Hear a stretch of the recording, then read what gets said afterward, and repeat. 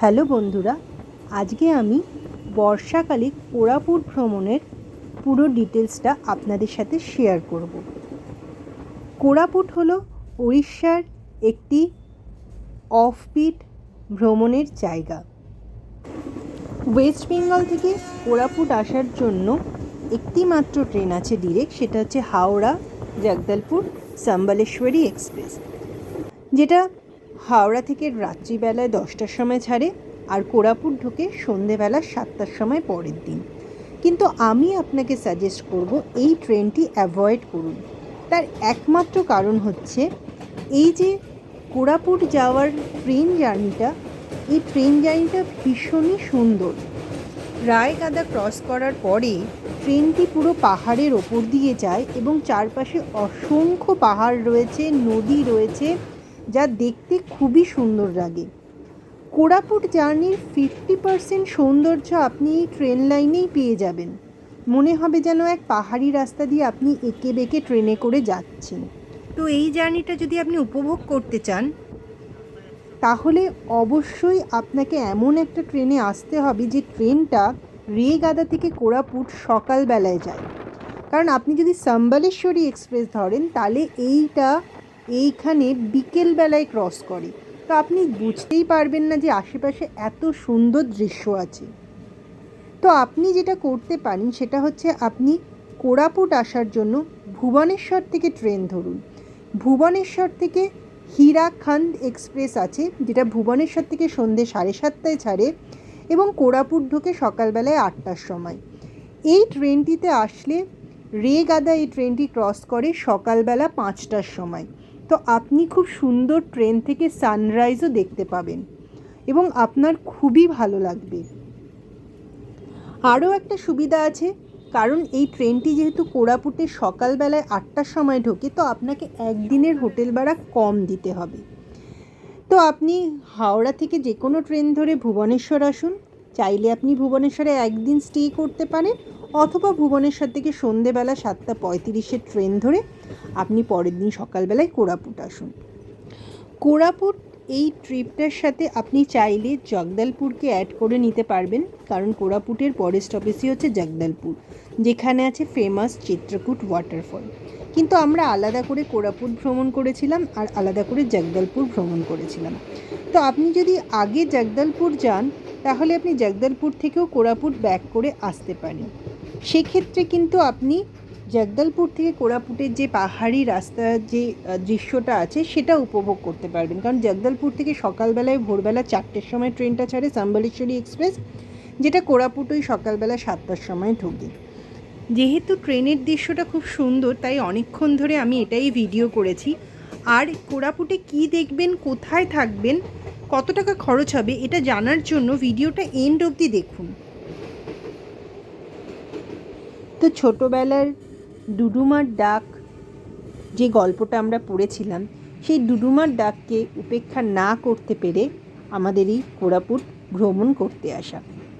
তো কোরাপুট একটা offbeat destination, সেই জন্য কোরাপুটে থাকার অপশন খুবই কম। কোরাপুটের নিয়ারেস্ট সিটি হচ্ছে কি জয়পুর। তো আপনি চাইলে জয়পুরে স্টে করতে পারেন। জয়পুর থেকে কোরাপুটের ডিস্টেন্স কিছুটা 28 কিলোমিটার্স মতো। ম্যাক্সিমাম হোটেলে আপনি জয়পুরেই পাবেন, তো সেই জন্য আমরা জয়পুরে স্টে করেছিলাম। আমাদের হোটেলের নাম ছিল হোটেল হ্যালো জয়পুর। এটা এখানের একটা খুব ভালো হোটেল, যার ব্যাকগ্রাউন্ডে পাহাড় ছিল। এছাড়া এখানে আরও বেশ কিছু হোটেল রয়েছে, আপনি সার্চ করলেই দেখতে পাবেন।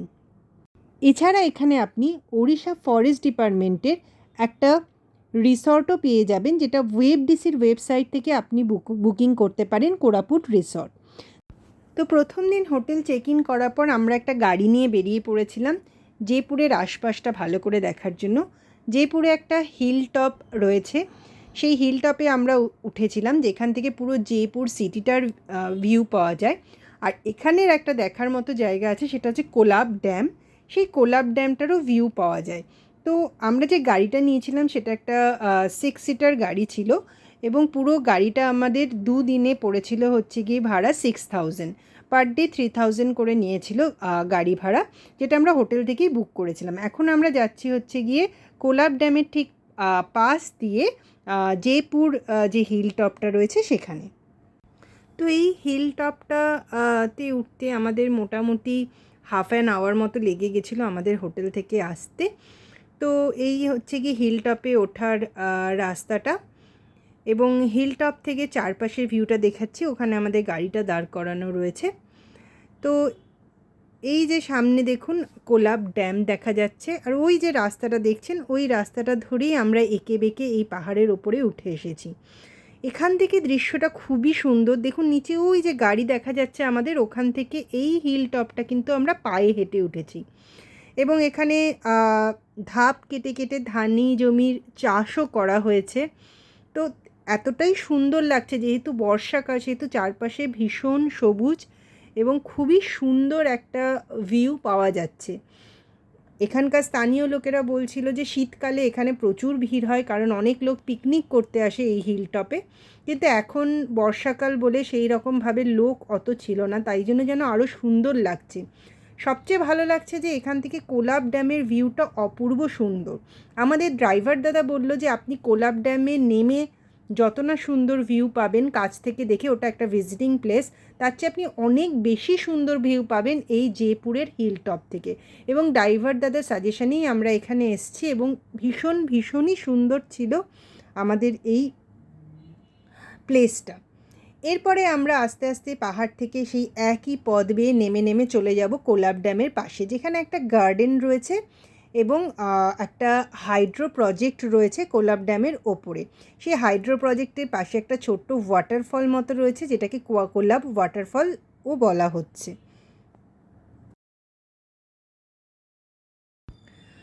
এই আমরা চলে এসেছি কোলাব ওয়াটার ড্যামের সামনে, এবং সত্যি এখান থেকে অত সুন্দর লাগছে না। তো এইটুকু জয়পুরে কভার করতে করতে আমাদের আজকের দিন শেষ হয়ে গেল, যেহেতু এটা সেকেন্ড হাফে ছিল। তো পরের দিন আমাদের ছিল সেই স্পেশাল দিন যেদিন আমরা ডুডুমার জলপ্রপাত দেখতে যাব, যেটাই হচ্ছে কি কোরাপুটের মেন অ্যাট্রাকশন। তো পরের দিন আমরা পৌঁছে গেছি দুদুমার জলপ্রপাতের সামনে। তো এটা হচ্ছে চারপাশের ভিউটা দুদুমার জলপ্রপাতের। এত সুন্দরই ভিউ এখানে, মানে বলে বোঝানো যাবে না। কোরাপুটের রাস্তার যে কোনো দিকে আপনি যদি দাঁড়িয়ে দেখেন তাহলেই খুব সুন্দর লাগবে। ওই দূরে দেখুন কোরাপুট দুদুমার যে জলপ্রপাত রয়েছে সেটা সরু ধারাতে নেমে আসছে। আমি আরও কাছে থেকে দেখাবো সামনে গিয়ে দুদুমার জলপ্রপাতটা। যতটা সম্ভব জুম করে দুদুমার জলপ্রপাত দেখানো যায় আপনাকে দেখাচ্ছি। গর্জনটা খুব বেশি ছিল, আপনি নিশ্চয়ই আগের ভিডিওটাতে সাউন্ড শুনতে পেয়েছেন। কিছু টেকনিক্যাল ইস্যুর জন্য আমাকে এখানে স্টিল ফটো নিতে হয়েছে জুম করা অবস্থাতে। তো এই দুদুমার জলপ্রপাতটা ভীষণই সুন্দর, তবে আমার মনে হয় আরও একটু বর্ষা পড়লে, আরও একটু বেশি বৃষ্টি হলে হয়তো এই জলপ্রপাতটা আরও চওড়া হয়ে ওপর থেকে নিচে নামবে। তো দুদুমার জলপ্রপাতের এই জায়গাটা এখনও অতটা ট্যুরিজমের জন্য পপুলার হয়ে ওঠেনি, তবে চেষ্টা করা হচ্ছে এখানকার পর্যটন দপ্তর থেকে বিভিন্ন রকমের শেড ছাউনি করে দেওয়া হয়েছে। আপনি চাইলে জলপ্রপাত অবধি নামতে পারবেন, তার জন্য পাথরে পা রেখে রেখে আপনাকে নামতে হবে, যেহেতু বর্ষাকাল ছিল এবং সিঁড়ি এবং পাথর খুবই পিচ্ছিল হয়ে গেছিলো এবং অলমোস্ট কেউই নিচে যাচ্ছিল না, সেই জন্য আমরা নিচে আর নামিনি, ওপর থেকেই দেখেছি। যদিও দুদুমার জলপ্রপাত দেখার পর আপনি যদি একটু এগিয়ে আসেন তাহলে সেখানে যে জলপ্রপাত থেকে নেমে আসা জল নদীর আকারে বয়ে যাচ্ছে আপনি সেটা দেখতে পাবেন। তার জন্য উপরে একটা সুন্দর ব্রিজও করে দেওয়া আছে নদীর, যেটা বেসিক্যালি নিচটা একটা ড্যাম। তো এই ড্যামটার ওপর দিয়ে হাঁটলে আপনি এইটা দেখতে পাবেন। এই যে ভিউটা দেখতে পাচ্ছেন এটা দুদুমার জলপ্রপাতের কাছে ড্যামের ভিউ। তো দুদুমার জলপ্রপাত দেখার পর আমাদের দ্বিতীয় ডেস্টিনেশন হচ্ছে কি রানী দুদুমা। তো এই রাস্তায় যাওয়ার সময় আমরা বন্ডা উপজাতি দেখতে পেয়েছিলাম, কিন্তু আমাদের ড্রাইভার দাদা বলল যে বন্ডা উপজাতিদের ফটো না তুলতে, সেই জন্য আমরা চেষ্টা করিনি। কিন্তু আপনারা গেলে আপনারাও দেখতে পাবেন যে তারা বাজার করছে, হাট করছে এবং তাদের একটা ওখানে বসতি রয়েছে। তো দুদুমার জলপ্রপাত দেখার পর আমরা ভাবতেও পারিনি যে আমাদের জন্য আরও এত সুন্দর একটা জায়গা অপেক্ষা করছে, যেটা হচ্ছে রানী দুদুমা। তো রানী দুদুমাটা অনেক বেশি কনস্ট্রাক্টেড দেন দুদুমা জলপ্রপাত।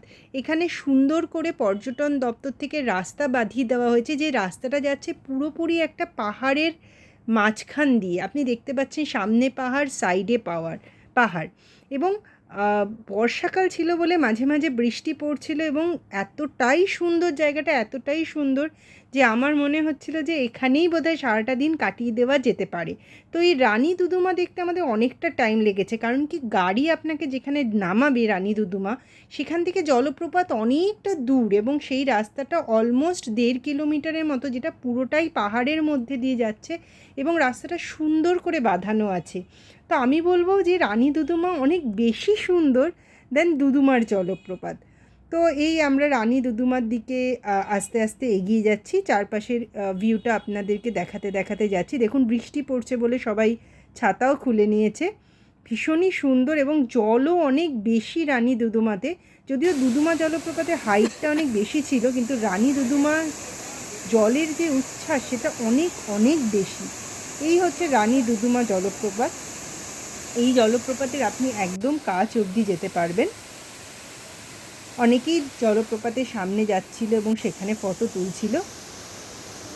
তো রানী দুদুমা জলপ্রপাতটা দেখার পরে আপনি দেখতে পাবেন যে জলটা সাইড দিয়ে কীভাবে নদীর মধ্যে গিয়ে পড়ছে। এই এখান দিয়ে জলটা নিচে জাম্প করে পড়ছে। এখানে একটা নিচটাতে ছোট্ট করে একটা পার্কও করা আছে, যাতে লোক পিকনিক করতে পারে এবং বাচ্চারা খেলতে পারে। এরপর আমাদের জন্য আরও একটা সুন্দর জায়গা অপেক্ষা করছিল, সেটা হচ্ছে দেওমালি। দেওমালি আমরা যাই যখন, তখন অলমোস্ট আমাদের হয়ে এসছে বিকেলবেলার দিকে, মানে সেকেন্ড হাফ, দুটোর পর বেজে গেছে। তো যাওয়ার রাস্তায় আমরা রাস্তাতেই একটা ধাবাতে লাঞ্চ করে নিয়েছিলাম। কিন্তু আমি সাজেস্ট করবো, আপনি যদি দেওমালি যান তাহলে অবশ্যই দেওমালির জন্য একটা আলাদা দিন রাখুন। সকালবেলায় শুরু করুন দেওমালি যাওয়ার জন্য, কারণ রাস্তা এত সুন্দর, এত সুন্দর যে আপনি ভাববেন যে আমি আরেকবার, দ্বিতীয়বার আসবো শুধুমাত্র দেওমালি দেখার জন্য। আমাদের যাওয়ার আগে অতটা আইডিয়া ছিল না, কিন্তু এই রাস্তা ভীষণই সুন্দর। তো দেওমালি যেতে অনেকটাই সময় লেগে গেছে, প্রায় 1.5 ঘন্টা মতো লেগে গেছে আমাদের হোটেল থেকে দেওমালি যেতে। তো এই দেওমালি অ্যাকচুয়ালি বেসিক্যালি একটা হিল টপের মতো। এই দেওমালি জায়গাটাকে বলা হয় উড়িষ্যার লাদাখ। যেমন আমরা লাদাখে ওপরে একটা প্ল্যাটিউর চারপাশে দেখতে পাই পাহাড়, এখানেও ঠিক তেমনই। তো এটা হচ্ছে দেওমালি ওঠার রাস্তা। কেউ যদি পুরো রাস্তাটার ভিডিও দেখতে চান তাহলে আমার এই ডেসক্রিপশন বক্সে ইউটিউব লিঙ্ক দেওয়া আছে, যেখানে শুধু দেওমালি রাস্তারই ভিডিও করা আছে। তো আমরা চলে এসেছি এখন হিল টপে। এই যে রাস্তাটা যাচ্ছে এটা পুরোপুরি একটা ফ্ল্যাট রিজিয়ন, কিন্তু এটা পাহাড়ের ওপরে এবং চারপাশে দেখতে পাচ্ছেন সবুজই সবুজ, মাঝখান দিয়ে রাস্তা চলে যাচ্ছে। এবং যেহেতু বর্ষাকাল, প্রচুর মেঘ, বলা হয় যে এখানে পরপর 9টা রেঞ্জের পাহাড় দেখা যায়। যদিও আমরা 3 থেকে 4টেই এখন দেখতে পাচ্ছিলাম, যেহেতু পুরো দিকটা মেঘের মধ্যে ঢেকে গেছে। এবং শীতকালে নাকি এর ওপরে ক্যাম্পিংও হয় এবং সে সময় নাকি আকাশ এত পরিষ্কার থাকে এবং ভিউ নাকি অসাধারণ হয়। তো বর্ষাকালে দেওমালির একরকম রূপ, যেটা আপনারা এখন দেখতে পাচ্ছেন, শীতকালের অন্যরকম রূপ হয়। তো আমার ইচ্ছে আছে শীতকালে আবার একবার দেওমালি আসার। তো এই রাস্তাটা আমরা হেঁটে হেঁটে যাচ্ছি, দেখুন চারপাশে মেঘ ঘুরে বেড়াচ্ছে। তো গাড়ি ধীরে ধীরে ধীরে ধীরে ধীরে ধীরে চলছে, কারণ কি ঢাল আছে অনেকটা রাস্তাতে। আমরা যদিও এখন পায়ে হেঁটেই যাচ্ছি গাড়ির দিকে, গাড়িটা আমরা একটু নিচেই দাঁড় করিয়ে এসেছি। তো এই দেওমালির এই থেকে চারপাশের ভিউ দেখার জন্য অনেকগুলো ছোট ছোট বসার জায়গা এখানে করে দেওয়া হয়েছে। তো এবার আমাদের ছিল ফেরার পালা। তো আপনি যখন ফিরবেন তখন আপনি কোরাপুট সিটি হয়েই ফিরবেন। দেওমালি থেকে যেহেতু আমরা টাউন হয়ে ফিরবো, টাউনের মধ্যে রয়েছে শবর শ্রীক্ষেত্র টেম্পল, যেটা কোরাপুটের একটা ফেমাস টেম্পল। সেটা একটা ছোট্ট পাহাড়ের ওপর, হিল টপের ওপর অবস্থিত। অবশ্যই সেই টেম্পলটা আপনি দেখে আসবেন। তো টেম্পলে আপনাকে মোবাইল ফোন অ্যালাউ করবে না, তো আপনি ফটো তুলতে পারবেন না। আমাদের খুব তাড়াহুড়ো ছিল, সেই জন্য আমরা খুব ভিডিওটা করতে পারিনি টেম্পলে। তো ওইটা দেখার পর আপনি এছাড়া ওখানে টাউনের মধ্যে একটা ট্রাইবাল মিউজিয়াম আছে, সেটাও আপনি চাইলে দেখতে পারেন।